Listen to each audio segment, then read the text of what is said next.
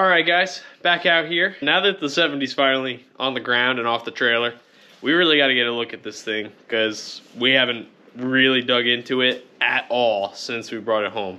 So I got my helper here. Together, we're going to get the inside of this thing cleared out. Obviously, the inside of this thing is a mess, filled with parts that came with it. Steering column that we robbed out of the parts car. It's gross. There's plants and trees and stuff growing up through the dash. The headliner's still falling out of this thing. There's still the original cardboard and like factory insulation crap. Before we get like too far into this project, we really gotta know what we're working with. The floors look good from underneath the car, but with the factory carpet, I mean this is the original carpet and everything, we really don't know what we're dealing with. So Madison here is gonna start vacuuming and I'm gonna start ripping and throwing stuff away. Hopefully the floors are solid.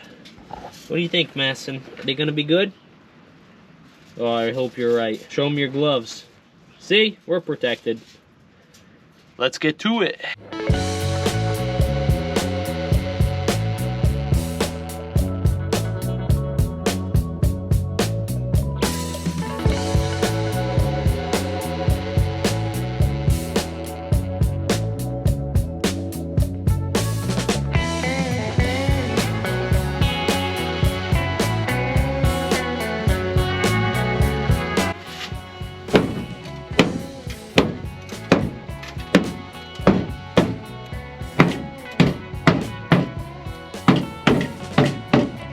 Restored.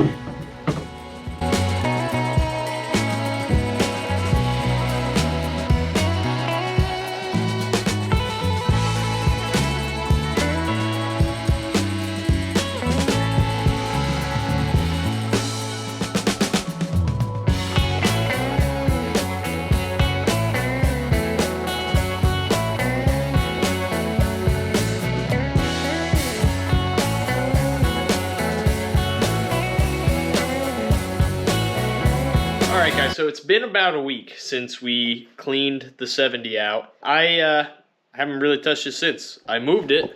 It's no longer sitting right about there in the driveway. I moved it into the carport. I got distracted. I started working on this thing again. Let me show you what I got done on this. So, I mean, nobody's seen it since the 4-speed video. Obviously, I kind of buttoned everything up and put everything back together in here. I don't want to get too in-depth, because we'll do a video here on the 72 soon.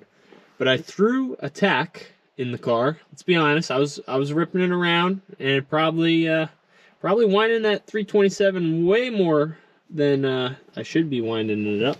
So we threw a tack in there so that I can actually see what I'm winding it up at. And check this out.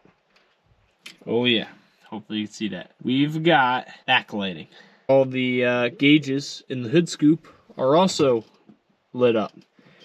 So I spent a whole bunch of time going through under the hood here. When we originally put the scoop together, we just I threw a whole bunch of like those Scotch block quick connects into the wire harness. Those should be illegal. I did it. I know. Sorry, don't hang me for it. They're really great for just slapping stuff together, but they never hold up. When we did the 4-speed swap in this, realized that because we're wired into everything, we couldn't take the hood off. I just used all those Scotch blocks and went right to the gauges from the wire harness. Couldn't take the hood off the car, so we just shimmied the hood over and laid it on the fender. I thought to myself, like, this is no good. So, swap meet find here.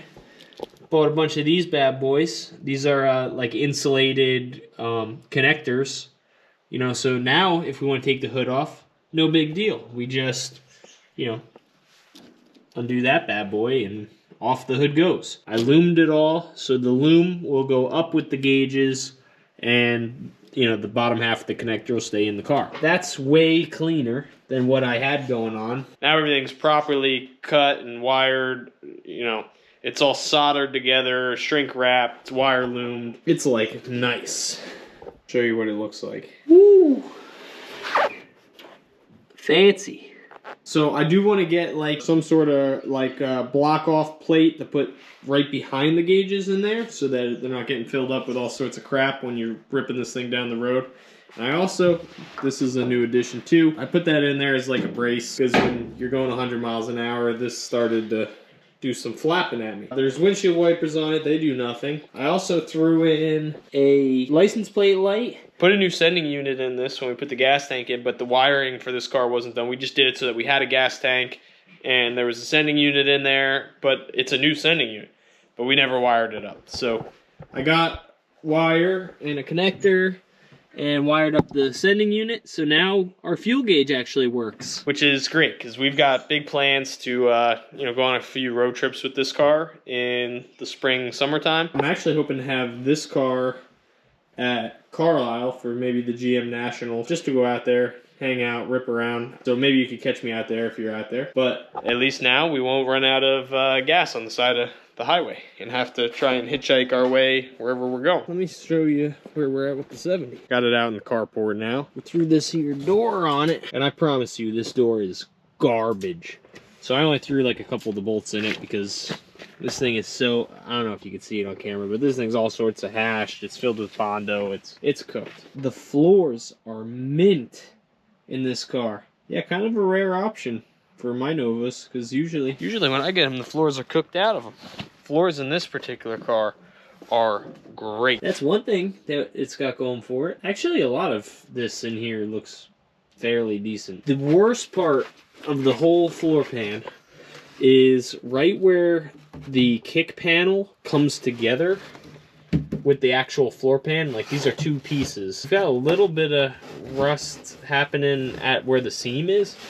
But I think we might have been fibbed to a little bit. I think that this carburetor fire might have been a little bit more extreme than we were led to believe. I mean, granted, these guys just worked at the junkyard and the car's been there for almost 40 years. The reason why I say I think that this car had some more fire damage than we were led to believe is because, and I think that that's why we have some of this like little bit of rust going on right here at the seam, is there's no seam sealer here. It's gone.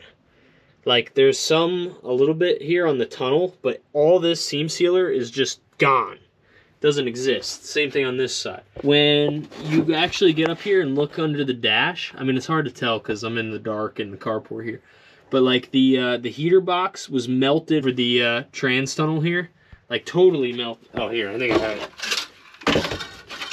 Yeah, so you can see this guy is supposed to hang down like this, and this is all totally melted. I mean, granted it's plastic, you know, so it probably didn't take crazy heat. There's the melted fan shroud, top of the distributor all melted out, windshield washer caved in. At first I thought that this might have been cloudy just because it was dirty, but now I'm pretty confident that it's cloudy because it's all smoke and fire damage and everything else behind it. Despite me thinking that the car got really hot in here, all this is really solid. Like, normally with fire damage, what happens is like the metal weakens and gets really flimsy.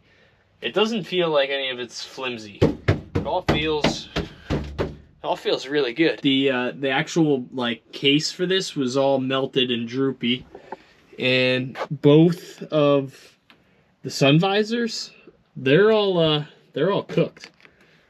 That's fire damage. These things are burned. So the fire must have been real hot up in here, which is probably what actually cracked the windshield. The mirror's all cooked. Still too scared to take the vinyl top off. Most people don't have good luck when they take off vinyl tops because they collect all sorts of moisture underneath and sweat. So I'm a little nervous about that. I mean, it's gonna have to come off, but, or maybe not. Maybe we leave it just like that. Nah, probably not. It's probably got to come off. So yeah, this is pretty much where it's been for the last week, untouched. I want to get the hood off, and I'm thinking that it's got a small block in it. Let's take a look at it. Let me get you in here so you can see what we're working with, is what I'm trying to tell you.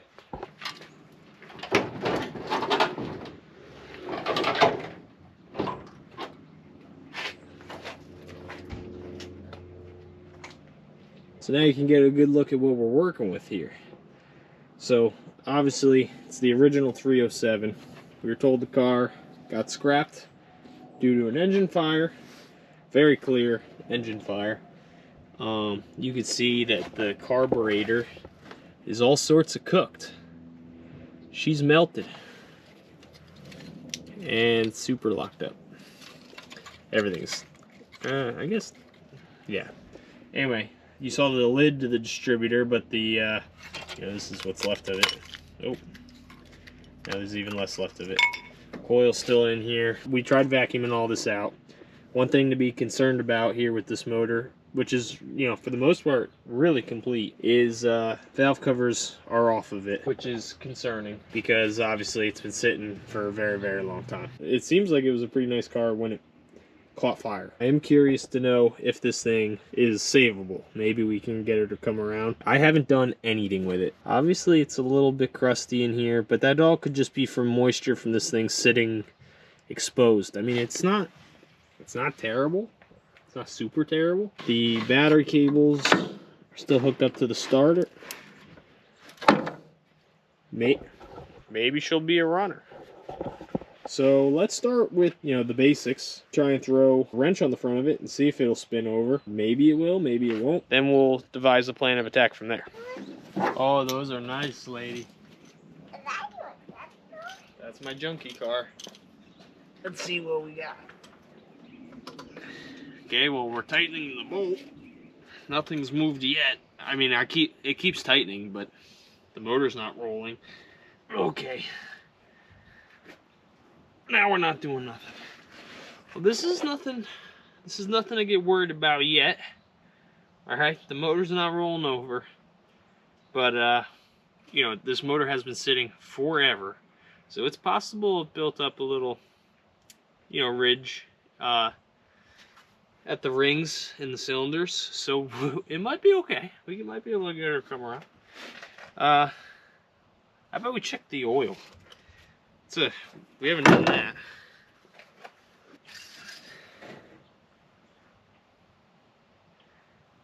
Alright, so one of two things is going on. Either somebody just changed the oil 5 minutes before we went to go pick it up, or that's water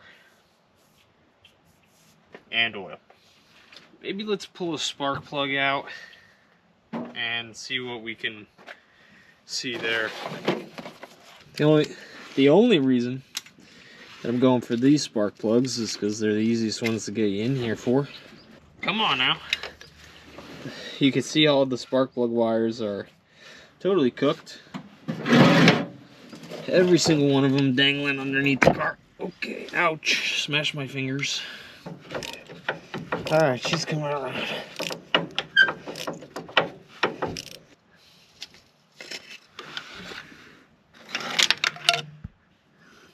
Alright, well, that's another not so good sign. That's wet. That's not oil.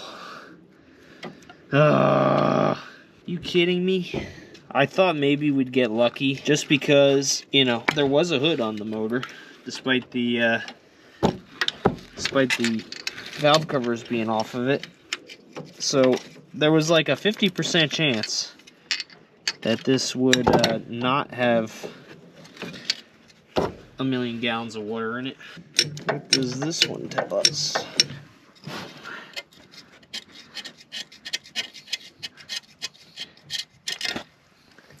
Oh, that one's actually dripping water. Oh yeah, great.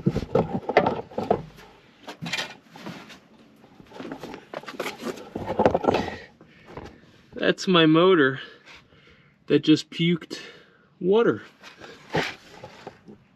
Sweet. Awesome. So, not only was the rear end filled with ice, which I've never before seen in my life. This will be my second 307 with water in it. Been down this road before. In fact, maybe I'm the one who was messed up, and maybe 307s run off of water. That's how they're lubricated. Alright, here's my new theory. Before we even look at the transmission, because you know that's coming. The car caught on fire. Clearly caught on fire. We have clear evidence all over the place that the thing burned.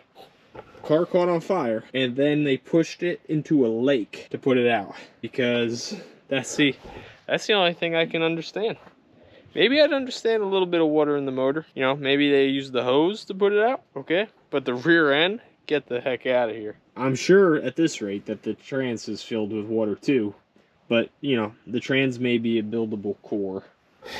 Can't make this stuff up, gentlemen. Cannot make it up. Well, that is the reality of will it run and drive. Not every time do you pick something up and you come out with some tools and you magically just make it run after 40 years. I know every video on YouTube loves to make it look that way. They just buy a junk car, they show up, they fire it up, they drive it 400 miles home. Not here, not on this channel. Here we buy them or pick them up and they're always filled with water and they never run. I mean, don't get me wrong, when we bought my 69, shipped that across the country, that did run after almost 20 years of being untouched. The 6-cylinder, it took a battery and a jerry can and fired right up. So don't get me wrong, it does happen. I mean, granted, I bought a car that's been on fire from a junkyard where it's been covered in a bush for 40 years. So, you know, on me. But this is the reality of you can't always buy an old car and just get it to magically run. Granted, we never really looked at this motor. We didn't buy it for this motor. Bought it more because the actual body of the car, like the shell of the car and the bones of this thing are pretty decent. So, you know, we're not upset. We're not upset about it. Basically, at this point, I have zero clue what we're going to do with this thing. So, do me a favor, drop down in the comments what you want to see us do with this thing. Should we just snag another small block Chevy or a 6-cylinder or a Power Glide, you know, and just smash that in here and call it a day, let it rip? Should this be the first car the channel sees an LS motor on? I have no idea. You know what I mean? I don't really know what I want to do with it. Should we just leave it ugly and just, you know, throw a roll cage in it, LS motor with a single turbo, and see if we can go stupid fast, dangerous fast in it? Let me know what you want to see with this thing. I promise we'll do something with it. I just, personally right now, I have no personal plans for this thing. So give me some ideas, drop them down below. I think that's going to be it for this video. Make sure to like and subscribe, comment, and we will see you next time.